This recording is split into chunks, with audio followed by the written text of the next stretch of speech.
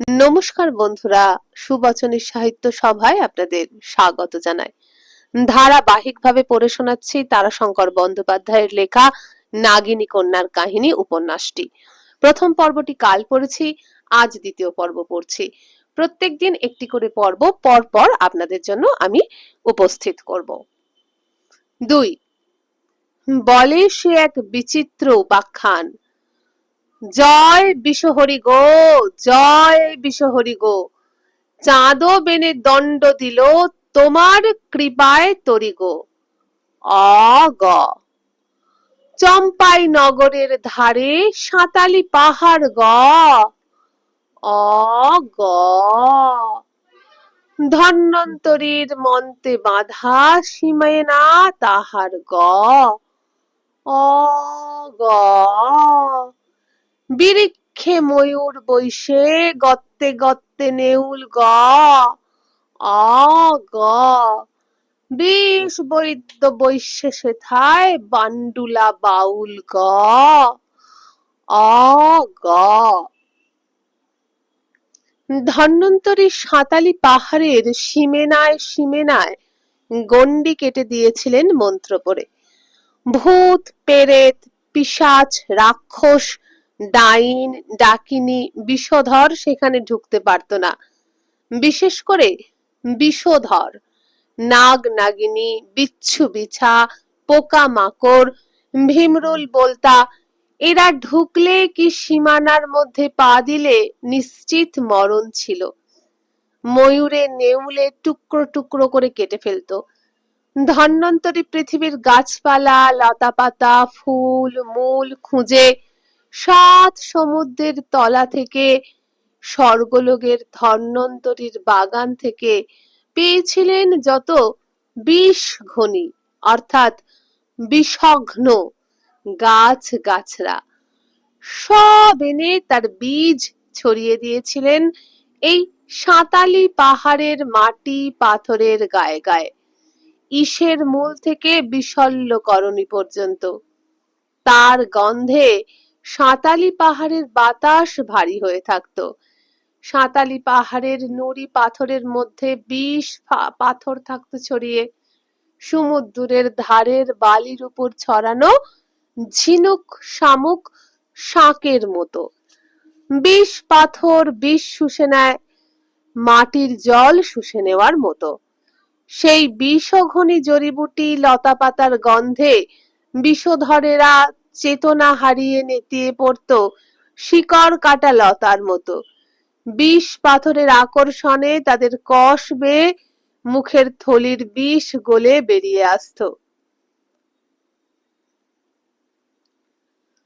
ধন্বন্তরী শিষ্যদের ওপর ভার দিয়েছিলেন সাঁতালি পাহাড়ের।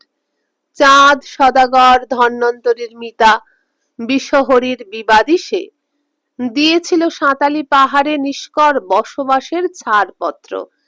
ধন্বন্তরীর শিষ্য বিষ বৈদ্যরা সমাজে আসন পেত, আদর পেত, সম্মান পেত, অচ্ছুত ছিল না। বিষগ্ন লতা পৈতের মতো পড়তে পেত গলায়। তবু তারা ছিল বিবাগী বাউল। বিষ চিকিৎসার মূল্য নাই, অমূল্য এ বিদ্যা, ধনলোভীর এ বিদ্যা নিষ্ফল।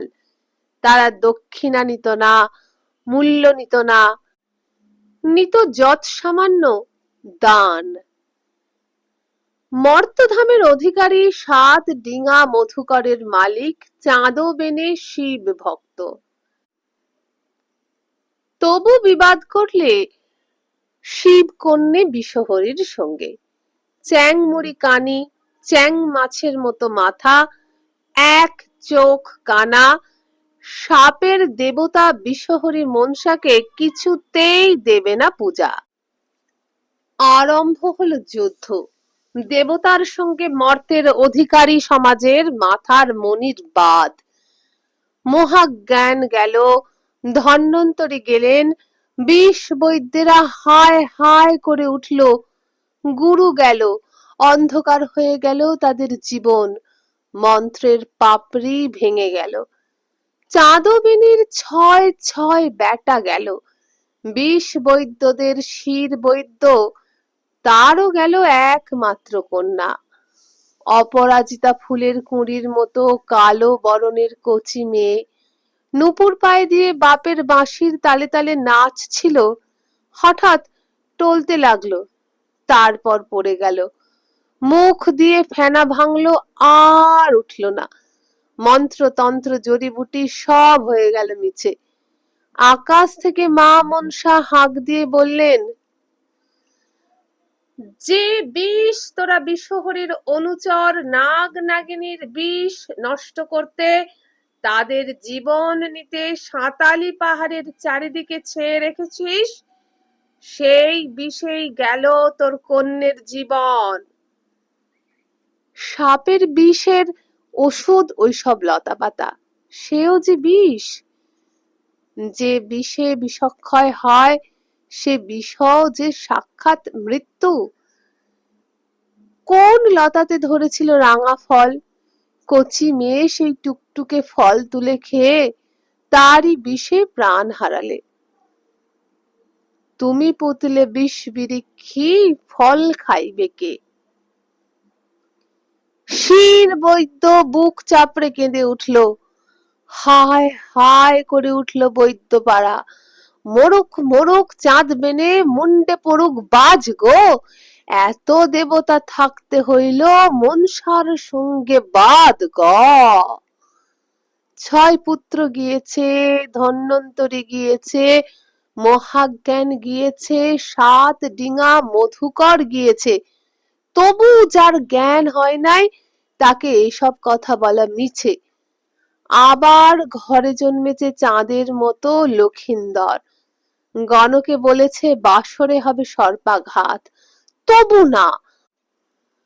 তবু চাঁদ বেনে ভেঙে দিলে সনকার পাতা মনসার ঘট তার হিনতাল কাঠের লাঠির গায়ে। তবু সে লক্ষিন্দরের বিয়ের আয়োজন করলে সায় বেনের কন্যে বেহুলার সঙ্গে। সাঁতালি পাহাড়ে কামিলা দিয়ে তৈরি করলে লোহার গড়, তার মধ্যে লোহার বাসর ঘর। সেই রাত্রে পাল্টে গেল বিষ বৈদ্যদের ভাগ্য। সে কি রাত্রি! আকাশে মেঘ জমেছে, সেই মেঘের পুরীতে মা বিষহরীর দরবার বসেছে। অন্ধকার থমথম করছে, সেই থমথমে অন্ধকারের মধ্যে বিষ বৈদ্যদের লাল চোখ আংড়ার টুকরোর মতো জ্বলছিল। মধ্যে মধ্যে শির বৈদ্য তার গম্ভীর গলায় হাঁকছিল, কে কে যায়? সাঁতালি পাহাড়ের গাছ পালা ডালপালা সে হাঁকে দুলে উঠছিল। গাছের ডালে ডালে ময়ূরেরা উঠছিল পাকসাট মেরে। গর্তে গর্তে নেউলরা মুখ বার করে রোঁয়া ফুলিয়ে নরুনের মতো ধারালো সাদা দাঁত বের করে গর্জে উঠছিল সেই হাঁকের সঙ্গে। মনসার নাগেরা এসে দূর থেকে দেখে থমকে কিছুক্ষণ দাঁড়িয়ে থেকে মাথা হেঁট করে ফিরে যাচ্ছিল। আকাশে মেঘ ঘন হয়ে আসছিল, আরো ঘন ঘন থেকে ঘন। বিষহরীর ভ্রুকুটির ছায়া পড়ছিল, বিদ্যুৎ চমকাচ্ছিল ঘন ঘন। মায়ের চোখে ঝিলিক মেরে উঠছিল ক্রোধের ছটা। এমন সময় সাঁতালির সীমানার ধারে করুণ স্বরে কে কেঁদে উঠল। মেয়ে কণ্ঠের কান্না, শুধু মেয়ে কণ্ঠেরই নয়, কচি মেয়ের কণ্ঠস্বর। দুরন্ত ভয়ে সে যেন পৃথিবী আকুল করে কেঁদে উঠেছে। বাঁচাও গো, ওহ গো বাঁচাও গো, আমাকে বাঁচাও গো। সর্দার বসে ঝিমোচ্ছিল, সে চমকে উঠল। কে কে এমন করে কাঁদে? কচি মেয়ে কে রে? মরে গেলাম, মেরে ফেললে ও গো। শেষের দিকে মনে হলো সে চিৎকারে আকাশের ঘন মেঘও যেন চির খেয়ে গেল। পৃথিবী কেঁদে উঠল। সর্দার হেঁকে উঠল, ভয় নাই, ভয় নাই। হাতের চিমটে নিয়ে এসে ছুটে এগিয়ে গেল। বিষ বৈদ্যদের তখন অস্ত্র ছিল, বড় বড় লোহার চিমটে, ডগায় ছিল শুলের মতো ধার। সে চিমটে দিয়ে নাগরাজকে ধরলেও তার নিস্তার ছিল না।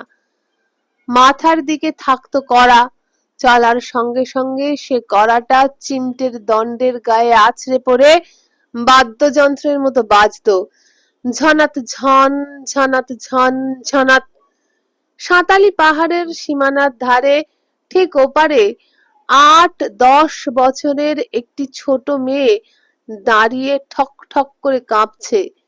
শীতের শেষে উত্তর বাতাসে অশ্বত্থ পাতা যেমন থর থর করে কাঁপে, তেমনি ভাবে কাঁপছে। আর তার চোখে মুখে সে কি ভয়! ভয় কি সাধে? ভয় কি সাধে? হিজল বিলের ধারের ভাগীরথীর চরের উপর ঘাস বনের ভিতর বেদের গাঁ, সাঁতালি গাঁয়ের শির বেদে সেকালের উপাখ্যান বলতে বলতে নড়ে চড়ে বসে। তার দুই কাঁধের মোটা মোটা হাড়গুলো নড়ে নড়ে ওঠে বুকের ভিতরে আবেগে। চোখ ওদের ছোট, নরুন দিয়ে চেরা লম্বা সরু চোখও বিস্ফারিত হয়ে ওঠে। বলে, সাঁতালির সীমানা বরাবর তখন উপরে নিচে যেন গর্জনের তুফান উঠেছে। গাছের উপর ডালে ডালে ঝটাপট ঝটাপট শব্দ উঠেছে। ময়ূরগুলো পাকশাটের যেন ঝড় তুলেছে। ক্যাও ক্যাও শব্দে সব চমকে উঠছে। নিচে মাটিতে সারি বেঁধে দাঁড়িয়ে গিয়েছে রোঁয়া ফুলিয়ে নেউলেরা। ফ্যাঁস ফ্যাঁস শব্দে রব তুলছে। উপরে ময়ূরেরা মধ্যে মধ্যে দু পায়ের নখ মেলে ঠোঁট লম্বা করে পাক দিয়ে উড়ে এডাল থেকে ও ডালে গিয়ে বসছে। নেউলগুলোর দাঁতের সারি বেরিয়ে পড়েছে, তাতে খুরের ধার। অন্ধকারের মধ্যেও আবছা দেখা যাচ্ছে সাদা দাঁতের সারি। আক্রোশ যেন ওই কচি মেয়েটার উপর, ঝাঁপিয়ে পড়লে টুকরো টুকরো করে ফেলবে লহমায়। শুধু অপেক্ষা মেয়েটার পা বাড়াবার। শির বেঁধে এসে দাঁড়ালো থমকে। এ কি আশ্চর্য রূপের কন্যে! এ কি রূপ! ৯-১০ বছরের মেয়ে, কুচকুচে কালো গায়ের রং, আধার রাত্রেও জলের তলার মানিকের মতো ঝিকমিক করছে। হিল হিলে লম্বা, ঝকঝকে সাদা দুটি চোখ। তেমনি কি নরম ওর গড়ন, যেন কচি লতা, যেন কালো রঙের রেশমি উড়ানি। ওকে যদি কাঁধে কেউ ফেলে কি গলায় জড়ায় তবে লেপ্টে জড়িয়ে যাবে। মেয়েটা কাঁপছিল, সঙ্গে সঙ্গে যেন নেতিয়েও পড়ছিল। সাঁতালি পাহাড়ের শির বৈদ্যদের মনে হলো শিকড় কাটা একটি কচি শ্যামলতা যেন নেতিয়ে পড়ছে। মেয়েটা শির বৈদ্যের দিকে আশ্চর্য চাউনিতে চেয়ে বলল, ও বাবা, আমাকে বাঁচাও গো বাবা। শির বৈদ্য, ও বাবা, আমাকে বাঁচাও বাবা গো। শির বৈদ্য কেঁপে উঠল। মনে পড়ে গেল মরা মেয়েকে। সেও এমনি করে শিকড় কাটা লতার মতো নেতিয়ে পড়েছিল। চোখের উপরে দেখতে দেখতে হামলে মানে ম্লান হয়ে যাচ্ছে। তার কণ্ঠের স্বর ক্ষীণ হয়ে আসছে। ক্ষীণ থেকে ক্ষীণতর কণ্ঠে সে ডাকলে, বাবা গো। আর থাকতে পারলে না শির বৈদ্য। মা, মা, মা গো বলে দু হাত মেলে পা বাড়ালে। সঙ্গে সঙ্গে ময়ূরগুলো মাথার উপর চিৎকার করে উঠল। নেউলেরা চিৎকার করে শির বৈদ্যের পথ আগলে দাঁড়ালো। গোটা সাঁতালি পাহাড় যেন শিউরে উঠল। চাঁদ বেনে হিনতাল কাঠের লাঠি হাতে নিয়ে ঘুরে বেড়াচ্ছিল। সে চিৎকার করে উঠল, কে? শির বৈদ্য থমকে দাঁড়ালো। তার হুঁশ ফিরে এলো। কে? কে এ অপরূপ কালো মেয়ে? ময়ূরেরা কেন হায় হায় বলে চিৎকার করে উঠল? নেউলেরা কেন না না বলে পথ আগলে দাঁড়ালো? কেন শিউরে উঠল সাঁতালি পাহাড়ের মন্ত্রপুত মাটি? গাঙের কুলের ঘাস বনের সাঁতালি গাঁয়ের শির বেদে এ কাহিনী বলতে বলতে বলে, বিষ বৈদ্যেরা তখন বিষ বেঁধে হয় নাই ধন্বন্তরী বাবা, তখন তারা ছিল সিদ্ধ বিদ্যের অধিকারী। মন্তরের ছিল মহিমা, সেই মন্তরের বলে, বিদ্যের বলে বুঝতে পারত জীব জন্তু পশু পাখির বাক। তখন তাদের মন্তরের বলে গাছ উড়ত আকাশে, গাছে চড়ে মন্তর পড়ে বলতো চল উড়ে। মাটি পাথর চর চর করে ফাটিয়ে শিকড় বাকড় নিয়ে গাছ হু হু করে আকাশে উঠত। মন্তর পরে গন্ডি এঁকে দিলে সে গন্ডি পার হয়ে কারুর যাবার হুকুম ছিল না, হোক না কেন দেবতা, হোক না কেন দত্তি, যক্ষ বলো রক্ষ বলো, কারুর না। শিরবৈদ্য বুঝতে পারলে ময়ূর নেউলের বাক, সাঁতালির মাটির শিউরে ওঠা। হুঁশ ফিরল তার, থমকে দাঁড়ালো, ভুরু কুচকে মেয়েটার দিকে তাকিয়ে রইল। শুধালে, কে তু আ? মেয়েটা তখন ভুঁইয়ের উপর বসে পড়েছে, নেতিয়ে পড়েছে, টলছে বিসর্জনের প্রতিমার মতো। তবু সে কন্যে কোনো মতে বললে, তিন ভুবনে আমার ঠাঁই নাই, তিন ভুবনে আপন নাই, ছিল শুধু মা, সেও আমাকে দিলে তাড়িয়ে। মায়ের কাজ করতে নারলাম, তাই তাড়িয়ে দিলে। তোমার নাম শুনেছি, তোমার কাছে এসেছি ঠাঁইয়ের জন্য। তুমি যদি ঠাঁই দাও তো বাঁচি, নইলে আমাকে। হাঁপাতে লাগলো সে, হাঁপাতে হাঁপাতেই বলল, হে নেউলে আর ওই ময়ূরেরা আমাকে ছিঁড়ে ফেলবে গ। তাছাড়া এখানকার বাতাসে কি রয়েছে, আমার বুঝি দম বন্ধ হয়ে যাবে। শিরবৈদ্য এবার চিনলে, বুকে তার কন্যের শোক, চোখে তার ওই কালো মেয়েটার রূপের ছটার ধাঁধা। তবু সে চিনতে পারলে, কালো মেয়ের দাঁত কি মিহি, কি ঝকঝকে, আর মুখ থেকে কি কটু বাঁশ বেরিয়ে আসছে। বিষ বৈদ্যের কাছে কতক্ষণ লুকানো থাকবে কালকুটের গন্ধ। দুপা পিছিয়ে এলো শিরবৈদ্য। সর্বনাশী কাল নাগিনী, পালা পালা তুই পালা, নইলে তোর পরাণ যাবে আমার হাতে। ওই মোহিনী কন্যে মূর্তি না ধরে এলে এতক্ষণে তা যেত। তখন মেয়েটা এলিয়ে পড়ে গিয়েছে ধুলোর ওপর, অন্ধকার রাত্রে এক ছড়া কালো মানিকের হাড়ের মতো পড়ে আছে। আকাশের বিদ্যুৎ চমকে মধ্যে মধ্যে ঝিকমিক করে উঠছে। শির বেঁধে মহাদেব কাহিনী বলতে বলতে এইখানে থেমে যায়। একটুখানি হাসি ফোটে তার মুখে, মাথা নেড়ে অসহায়তা জানিয়ে আবার বলে, দেবতার সহায় নেয়ত, নেয়তের হাতে মানুষ হলো পুতুল নাচের পুতুল বাবা, যেমন নাচায় তেমনি নাচি।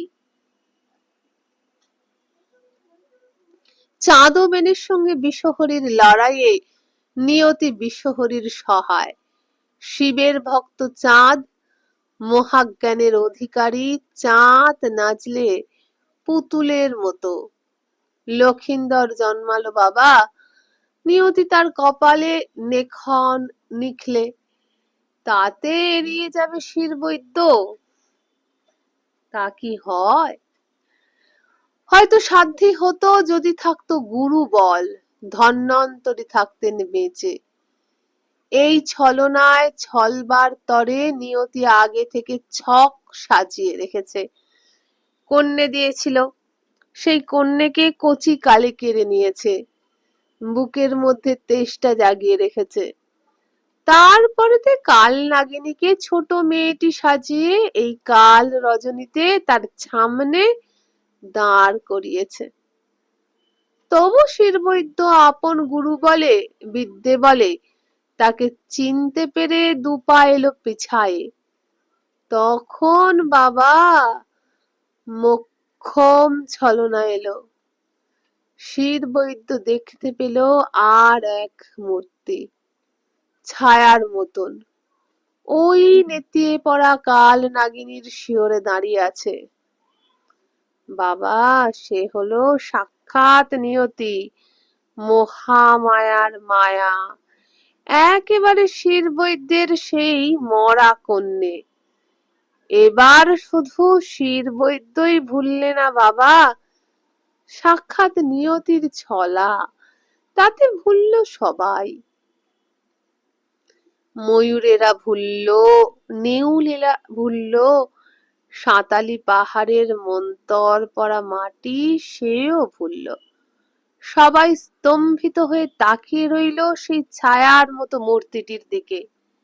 সেই কন্যে, শিরবৈদ্যর দুলালি, যে ময়ূরদের সঙ্গে নাচতো, নেউলেরা যার পায়ে মাথা ঘষতো, যার পায়ের মলের ঝমঝমানিতে সাঁতালি পাহাড়ের মন্তর পড়া মাটি তালে তালে দুলে উঠত, সেই কন্যে, অবিকল।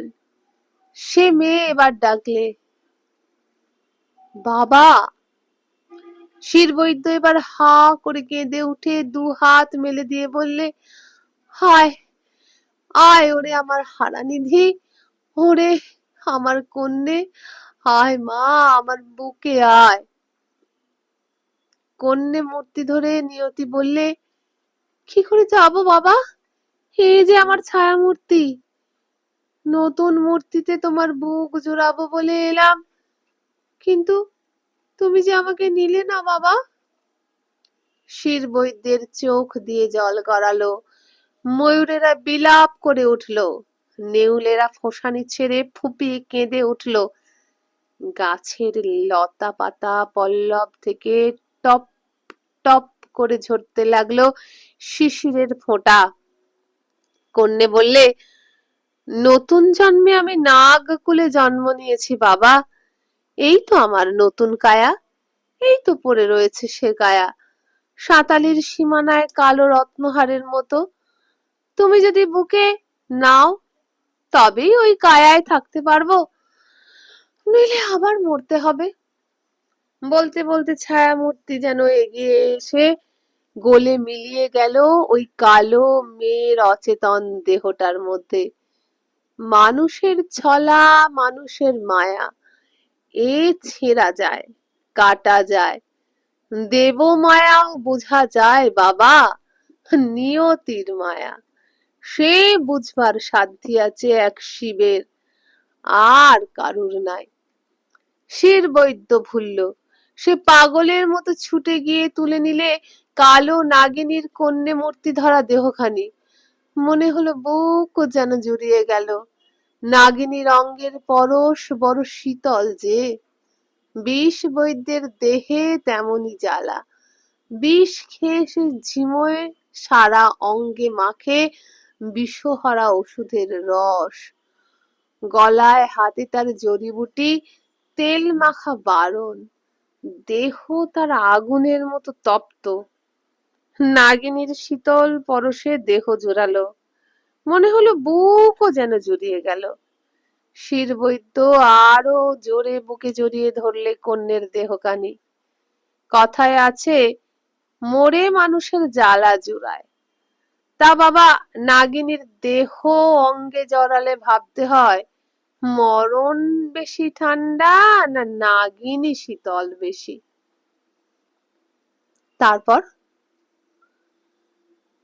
প্রশ্নের পুনরাবৃত্তি করে হাসে গঙ্গাচরের সাঁতালির শির বেঁধে, ঘাড় নাড়ে গূঢ় রহস্য উপলব্ধি করে বলে, তারপর যা হবার তাই হলো। কন্যের মুখে চোখে দিলে মন্ত্র পড়া জল, ওষুধের গন্ধ সহ্য করার মতো ওষুধও দিলে দুধের সঙ্গে। ময়ূরদের বললে, যা যা চলে যা, হুস। নেউলদের বললে, যা, তোরাও যা, বলে শীষ মেরে দিলে ইশারা। মেয়ে চোখ মেললে, বললে, তুমি আমার বাপ। শিরবৈদ্য বললে, হ্যাঁ মা, হ্যাঁ। তারপর বললে, কিন্তু আমাকে কথা দে মা, আমাকে কখনো ছেড়ে যাবে না। না না না, 3 সত্যি করলে কালো কন্যে। বললে, তোমার ঘরে আমি চিরকাল থাকবো, থাকবো, থাকবো। তোমার ঘরে ঝাঁপিতে থাকবো নাগিনী হয়ে, তোমার বংশে জন্মাবো আমি কন্যে হয়ে। তুমি বাঁশি বাজিয়ে আমাকে নাচাবে, আমি নাচবো। শিরবৈদ্য বললে, আকাশের সাক্ষী রইল দেবতারা, মর্তে সাক্ষী রইল নেউলেরা, ময়ূরেরা আর এই সাঁতালির গাছপালা। যদি চলে যাস তবে আমার বানে হবে তোর মরণ। হ্যাঁ, তাই। এইবার শিরবৈদ্য তাকে পরিয়ে দিলে তার সেই মরা মেয়ের অলংকারগুলি। পায়ে দিলে মল, গলায় দিলে লাল পলার মালা, হাতে দিলে শঙ্খের কঙ্কন, তারপর তুলে নিলে তার বাঁশি। বাঁশের বাঁশি নয়, অন্য বাঁশি নয়, এই তুমরি বাঁশি। আর সেই মেয়ে নাচলে নাচন, দুলে দুলে পাক দিয়ে দিয়ে সে নাচন বিষবৈদ্যের মেয়ে আর নাগকন্যা ছাড়া আর কেউ জানে না। নাচতে নাচতে সে শিরবৈদ্যের গলা জড়িয়ে ধরে দুলতে লাগলো। তার নিঃশ্বাস পড়তে লাগলো শিরবৈদ্যের নাকের কাছে। নাগিনীর নিঃশ্বাস অন্যের কাছে বিষ, কিন্তু বিষবৈদ্যের কাছে দুঃখ হরা, চিন্তা হরা আসব। আমরা বাবা সাপের বিষ খেয়ে নেশা করে যে সুখ পাই, হোক না কেন হাজার করামত, সে সুখ পাই না। শিরবৈদ্য বুক ভরে নিঃশ্বাস টানতে লাগলো। কিছুক্ষণের মধ্যেই হাতের তুমরি বাঁশির সুর এলিয়ে পড়তে লাগলো, চোখ দুটি ঢুলতে লাগলো, সারা গা টলতে লাগলো, পায়ের তলায় মাটি দুলতে লাগলো। শেষ খসে পড়লো হাতের বাঁশি। এবার নাগিনী গান ধরলে গুনগুনিয়ে, ঘুম পাড়ানি গানের মতো বিষ ছড়ানি গান। বাসুকি দোলায় মাথা, দোলে চরাচর, তুই ঢল ঢলে পর রে, সমুদ্র মন্থনে দোলে ও 7 সাগর রে, তুই ঢল ঢলে পর রে, অনন্ত উগারেন সুধা তাই হলাহল রে, ও তুই ঢল ঢলে পর রে। সে সুধা ধরেন কণ্ঠে ভোলা মহেশ্বর রে, তুই ঢল ঢলে পর রে। ভোলার চক্ষু ঢুলু ঢুলু, অঙ্গ টলমল রে, তুই ঢল ঢলে পর রে। অনন্ত শয্যায় শুয়ে ঘুমান ঈশ্বর রে, তুই ঢল ঢলে পর রে। বাবা, অমন ঘুমের ওষুধ আর নেই। ভোলানাথ মহেশ্বর হলেন মৃত্যুঞ্জয়। মৃত্যুকে জয় করলে কি ঘুম তার কাছে আসে? আসে না। মৃত্যুর ছেঁয়া হলো ঘুম। তোমার আমার অঙ্গের যেমন ছেঁয়াতে তোমার আমেরই আকার বেকার, মৃত্যুর ছেঁয়াতেও তারই ছোঁয়াচ, নিথর করে দেবে, সব ভুলিয়ে দেবে। তা মৃত্যুর ছেঁয়া ঘুম মৃত্যুঞ্জয়ের চোখে কি প্রকারে আসবে বলো? আসে না। মৃত্যুও নাই, ঘুমও নাই, সদাই জেগে আছেন শিব, কিন্তু ওই নিঃশ্বাসের নেশায় সদাই আধ ঘুমে ঢুলু ঢুলু করছেন। মনে কিছুই নাই, সব আছেন ভুলে। আবার দেখো বাবা, ঈশ্বর, তিনি পাতেন অনন্ত শয্যা ক্ষীরদ সাগরে। অনন্ত নাগের শয্যা ভিন্ন ঘুম আসে না। ঈশ্বরকে ঘুম পাড়ায় বাবা ওই নিঃশ্বাস। সেই নিঃশ্বাসে ঢলে পড়ে ঘুমিয়ে পড়ল শিরবৈদ্য। শুধু সে কেন, গোটা সাঁতালি পাহাড় ময়ূরের পাখা হলো নিথর, নেউলের দেহ পড়ল নেতিয়ে, সাঁতালির লতা পাতা ঝিম হয়ে রইল। তখন বের হলো সেই ছোট কালো মেয়ে। খুলে ফেললে শির বৈদ্যের দেওয়া গয়নাগুলি। নিঃশব্দে চলল এগিয়ে, নিঃশব্দে কিন্তু তীরের মতো। বাসর ঘরের লোহার পাঁচিলে কামিলে রেখেছিল ছিদ্র। সেখানে গিয়ে ধরলে নিজের মূর্তি। দাঁড়ালো ফনা ধরে, লক লক করে খেলতে লাগলো জিভ। নিঃশ্বাসে নিঃশ্বাসে ছিদ্র বড় হতে লাগলো, কয়লার গুঁড়ো খসে পড়ল। তারপর তারপর তো তোমরা সব জানো গ। জানতে না শুধু বিষ বৈদ্যের এই কথা কটি, কি করে জানবে বলো? ঘটলো রাত্রিরের আঁধারে, সাক্ষী তো কেউ ছিল না, আর বিশ্বাসই বা কে করবে বলো? সকালে যখন বেহুলার কান্না শুনে চাঁদ সদাগর ছুটে এলো ডাঙস খাওয়া হাতির মতো, এসে দেখলো সোনার লক্ষিন্দর নাই। কাঁদছে বেহুলা, পড়ে আছে নাগিনীর লেজের একটা টুকরো। তখন সর্বাগ্রে সে ছুটে গিয়ে এসেছিল বিষ বৈদ্যদের পাড়ার শির বৈদ্যের আঙনেতে। তখনও সে ঘুমে অচেতন। লাথি মারলে চাঁদ, হিনতালের লাঠি দিয়ে দিলে খোঁচা। শির বৈদ্য জাগতেই তাকে বললে, তুই নেমো খারাম, তুই বিশ্বাসঘাতী, তুই পাপী, তুই সাহায্য না করলে, তুই পথ না দিলে পথ পায় কি করে নাগিনী? শির বৈদ্য স্থির দৃষ্টিতে চেয়ে রইল বণিক মহাশয়ের মুখের দিকে। শুধু একবার দেখে নিলে চারিপাশ। কোথায় কালো মেয়ে? কেউ কোথাও নেই, শুধু কখানা অলংকার পড়ে রয়েছে চারিদিকে ছড়িয়ে। মায়া, ছলনা, নিয়তি। মাথা হেট করে রইলে সে দণ্ড নেবার জন্য। চাঁদ ওবেনে শাপান্ত করলে, বাক্য দিয়ে বাক্য লঙ্ঘন করেছিস, বিশ্বাস করেছিলাম, সে বিশ্বাসকে হনন করেছিস। তুই, তোর জাত বাক্য হন্তা, বিশ্বাস হন্তা। যে বাক দিয়ে বাক রাখে না তার জাত থাকে না। বিশ্বাস করলে যে বিশ্বাসকে হনন করে তার দণ্ড নির্বাসন। সাঁতালি পাহাড়ে যে নিষ্কর সনদ দিয়েছিলাম সে হলো বাতিল। এই পাহাড় থেকে, এই সমাজ থেকে, এই দেশ থেকে তোদের ঠাঁই আমি কেড়ে নিলাম। শিবের আজ্ঞায় রাজা নিলেন কেড়ে। তোদের বাস গেল, জাত গেল, মান গেল, লক্ষ্মী গেল। শিবের আজ্ঞা, আমার শাপান্ত। তোদের কেউ ছোঁবে না, ছোঁয়া জিনিস নেবে না, বসতির মধ্যে ঠাঁই দেবে না। চলে গেল সদাগর। 7 পুত্রের শোক বুকে নিয়ে সে তখন পাথর। তার সে মূর্তির সামনে দাঁড়িয়ে শির বৈদ্যের সাহস হলো না যে বলে, সদাগর, তোমার 7টি গিয়ে যেমন বুক খালি হয়েছে, আমার একটি গিয়েই তেমনি বুক খালি হয়েছে। বিশ্বাস যদি না করো তো তোমার বুকে হাত দিয়ে আমার বুকে হাত দাও, তাপ সমান কিনা দেখো। সে বাক্যহীন হয়ে দাঁড়িয়ে রইল। ওদিকে তখন চম্পাইনগরে হায় হায় উঠেছে। দুয়ারে দুয়ারে লোক জমেছে।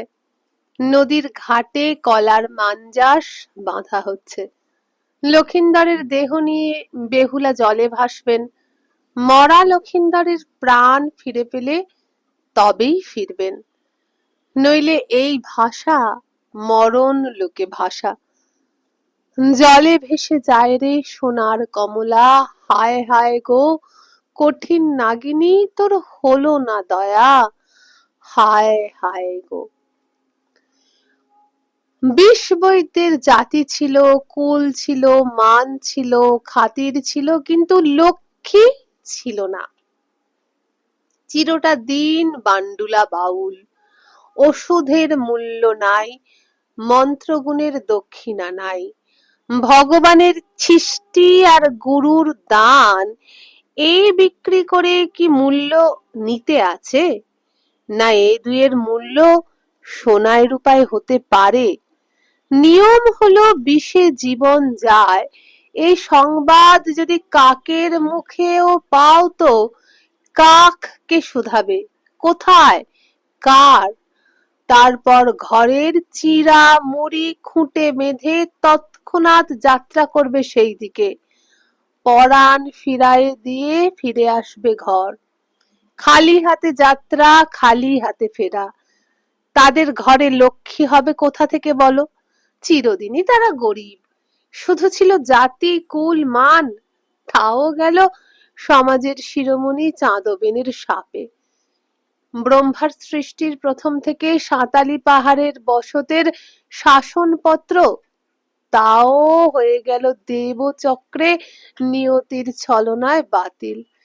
বিষ বৈদ্যদের রূপ ছিল সাধু সন্ন্যাসীর মতো, তাদের অঙ্গে জড়িবুটি ওষুধের গন্ধ বিষধরের কাছে অসহ্য, কিন্তু মানুষের কাছে সে গন্ধ দিব্য গন্ধ বলে মনে হতো। তাদের রূপে পড়ল কালি, দিব্য গন্ধ দুর্গন্ধ হয়ে উঠল চাঁদো রাজার শাপে। লজ্জায় মাথা হেঁট করে সাঁতালি ছেড়ে জড়িবুটির বোঝা, সাপের ঝাঁপি আর মাটির ভাঁড় সম্বল করে বেরিয়ে পড়ল। সাঁতালির সীমানা পার হয়ে যেখানে শিরবৈদ্য প্রথম দেখেছিল সেই মায়াবিনী কালো কন্যে মূর্তি ধরা কাল নাগিনীকে, সেইখানে এসে থমকে দাঁড়ালো শিরবৈদ্য। মনে পড়ল সব।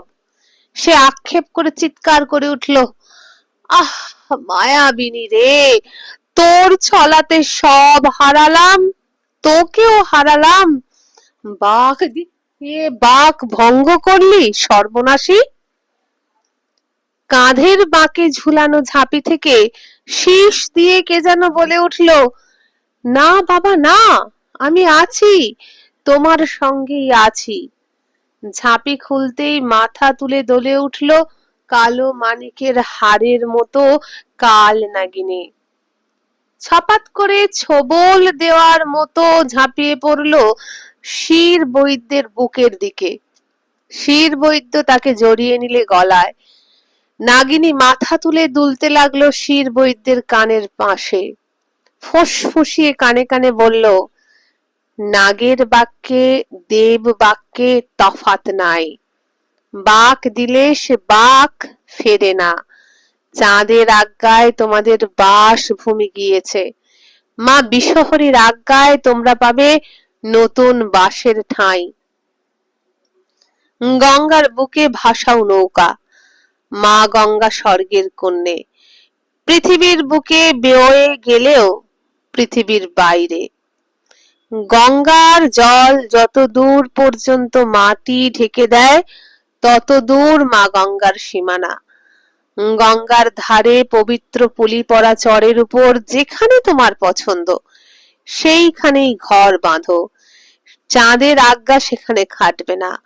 তোমাদের জাতি নিলে কুল নিলে চাঁদ, মা বিষহরী তোমাদের দিলেন নতুন জাত নতুন কুল।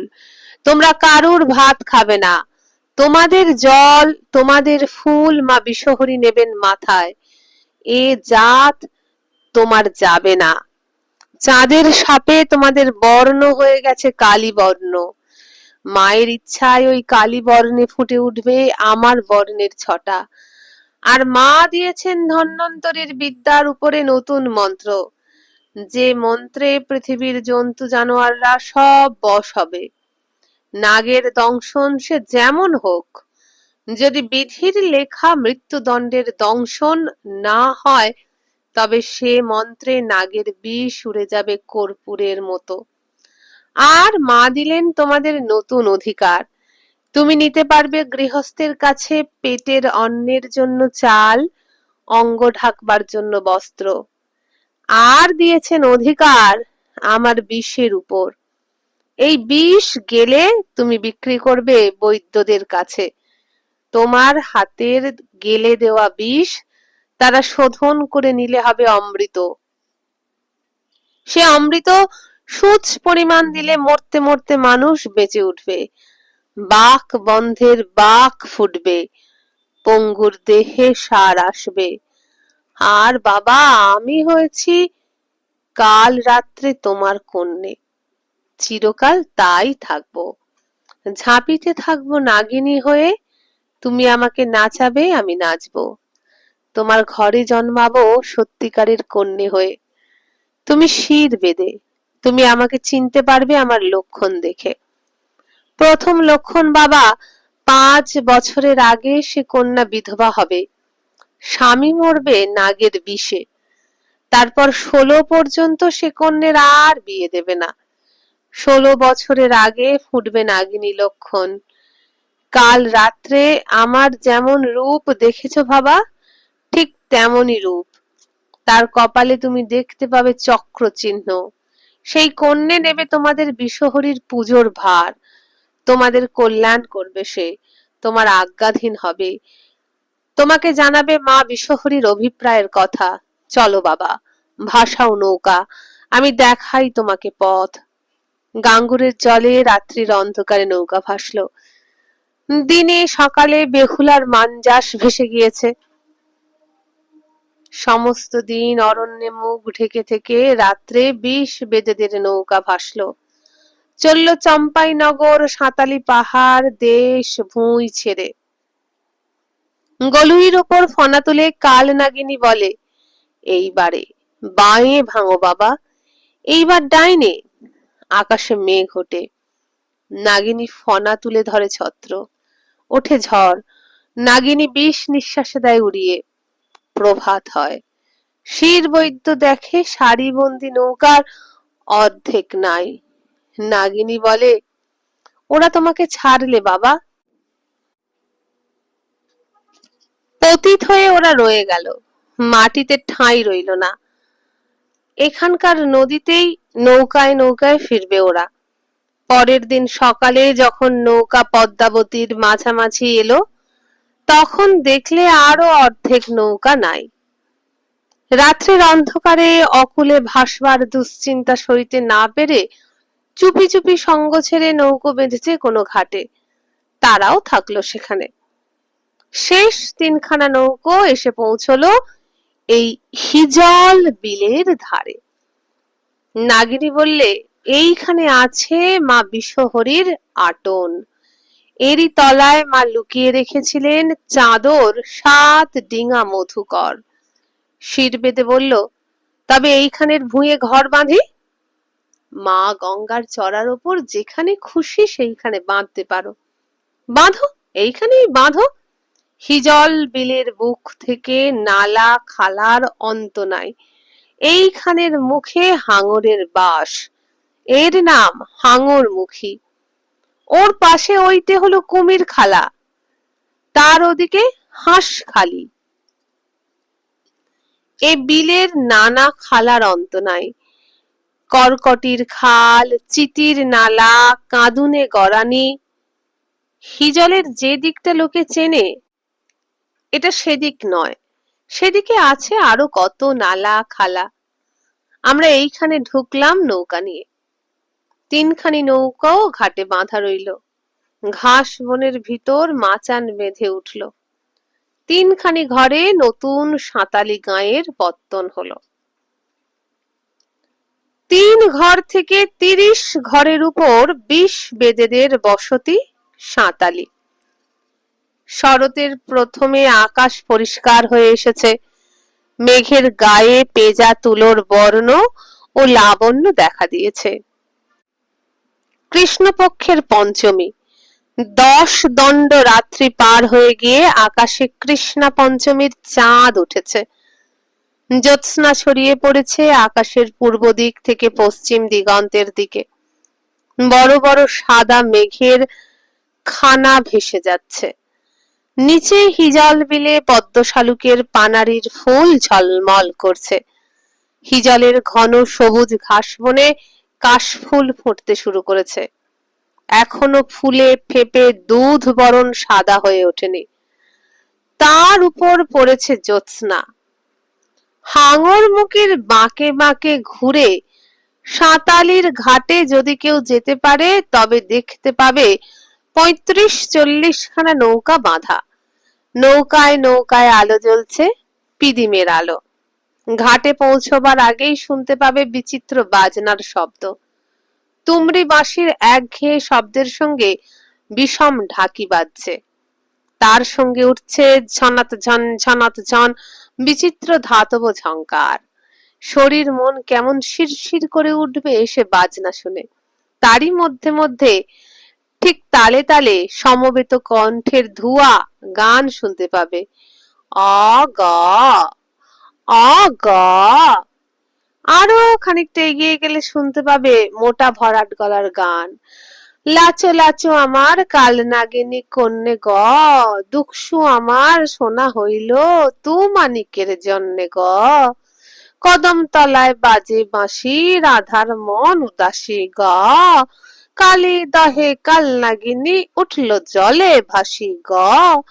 মোহন বংশীধারী আমার লয়ন মন ভোলে গ, ঝাঁপ দিল কালো কানাই রাধা রাধা বলে গো। কালো বরণ কাল নাগিনী কালো চাঁদের পাশে গ, কালী দহের জলে যুগল নীল কমল ভাসে গ। ঘাটে এসে বাঁধো নৌকো, সাবধানে নেমো, অনেক বিপদ। সামনে পাবে এক ফালি সরু পথ, দুপাশে ঘাস বন। একে বেঁকে চলে গেছে রাস্তাটি। ঝক ঝক করছে আজ রাস্তাটি। ছেঁচে ছুলে পরিষ্কার করেছে আজ। রাস্তায় দাঁড়ালেই পাবে ধূপের মিষ্ট গন্ধ। ধূপের সঙ্গে ওরা দেবদারুর আঠা আর মুথা ঘাসের গুঁড়ো শুকিয়ে গুঁড়ো করে মেশায়। বাজনা এবার উচ্চ হয়ে উঠেছে, একঘেয়ে সুরে বেজেই চলেছে ঝনাত ঝন ঝনাত ঝন ঝনাত ঝন। চিমটের মাথায় কড়া বাজছে, বাজছে মন্দিরার তালে তালে ঝনাত ঝন ধুমধুম ধুমধুম ধুমধুম।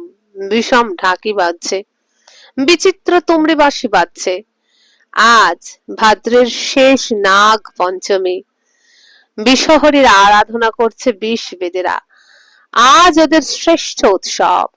উৎসব হচ্ছে বিষহরীর আঙনেতে। পুজো হয়ে গিয়েছে দিনে, এখন হচ্ছে গান। গোটা পাড়া গানের আসরে এসে বসেছে। সবাই গাইছে গান, মেয়ে পুরুষ সবাই, শ্রোতা নাই।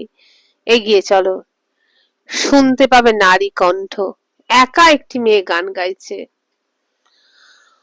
আমার ৭ জনমের বাপ গ, তোরে দিছি বাক গ।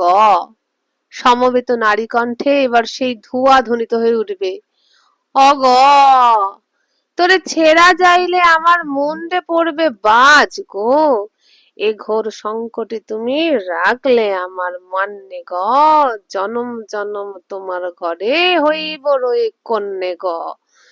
তোমার বাঁশির তালে তালে নাচবো হেলা দুলা গ, আমার গরল হইবে সুধা তুমি বাবা ছুলে গ। এ গান গাইছে ওদের নাগিনী কন্যা। কাল নাগিনী ওদের ঝাঁপির মধ্যে থাকে, আবার ওদের ঘরে কন্যা হয়েও জন্মায়। বাক দিয়েছিল কাল নাগিনী। আজও সে বাক্যের অন্যথা হয় নাই। ৫ বৎসর বয়সের আগে সর্পাঘাতে বিধবা হয় যে কন্যে, তার দিকে সকল বেদের চোখ গিয়ে পড়ে। বেদের ঘরে মেয়ের বিয়ের কাল হয় অন্নপ্রাশনের পরই। ৬ মাস থেকে ৩ বছরের মধ্যেই বিয়ে হয়ে যায়। বেদের ছেলে সাপ নিয়ে খেলা করে, বেদেদের সাপ নিয়ে কারবার।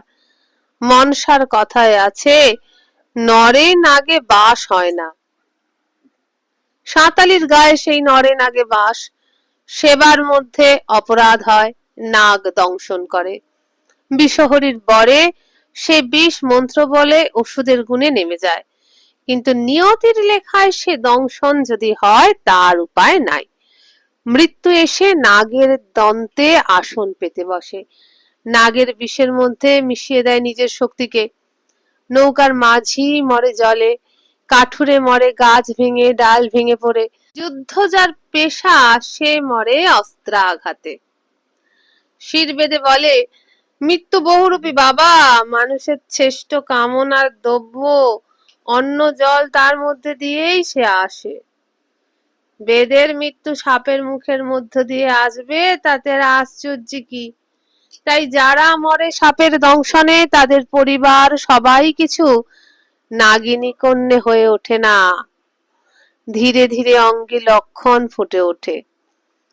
বেদের যাতে বিধবার বিয়ে হয়, আবার ছাড় বিচারও আছে, কিন্তু এই সব কন্যের সাঙা 16 বছরের আগে হয় না। 16 বছর বয়স পর্যন্ত চোখ থাকে এই কন্যেদের ওপর। নূতন নাগিনী কন্যে দেখা দিলেই পুরনো নাগিনী কন্যেকে সরতে হয়। গায়ের ধারে ছোট একখানি ঘরে গিয়ে আর জন্মের ভাগ্যের জন্য মা বিষহরীকে ধেয়ায়। একজন শির বেদেদের আমলে 2-3 জন নাগিনী কন্যার আমল পার হয়ে যায়। বন্ধুরা, এখানেই শেষ হয়ে গেল নাগিনী কন্যার কাহিনীর 2য় পর্ব। নিয়মিত আসবে পর্ব, পরদিনই শুনতে পারবেন 3য় পর্ব। আশা করি ভালো লাগছে। কেমন লাগছে কমেন্ট করে জানাবেন। যদি ভালো লাগে একটা লাইক শেয়ার করবেন। আর যদি এখনো আমার চ্যানেল সাবস্ক্রাইব করে না থাকেন তাহলে সাবস্ক্রাইব করে আমার মনোবল বাড়াতে সাহায্য করবেন। যদি এরকমই গল্প শুনতে চান বা এই নাগিনী কন্যার কাহিনীরই প্রথম পর্বটি শুনতে চান তাহলে এই ভিডিওর নিচে যে বারে আমার চ্যানেলের নাম দেয়া আছে সেখানে ক্লিক করুন। খুলে যাবে চ্যানেলের হোম পেজ। হোম পেজে গেলে পাবেন প্লেলিস্ট। প্লেলিস্ট খুললে খুঁজে নেবেন নাগিনী কন্যার কাহিনী। সেখানে নাগিনী কন্যার কাহিনী পাবেন, আরো অনেক ধরনের গল্প পাবেন। সেগুলোই শুনুন যতক্ষণ না নতুন কাহিনী আসছে। আজকের মতো বিদায় নিলাম। নমস্কার।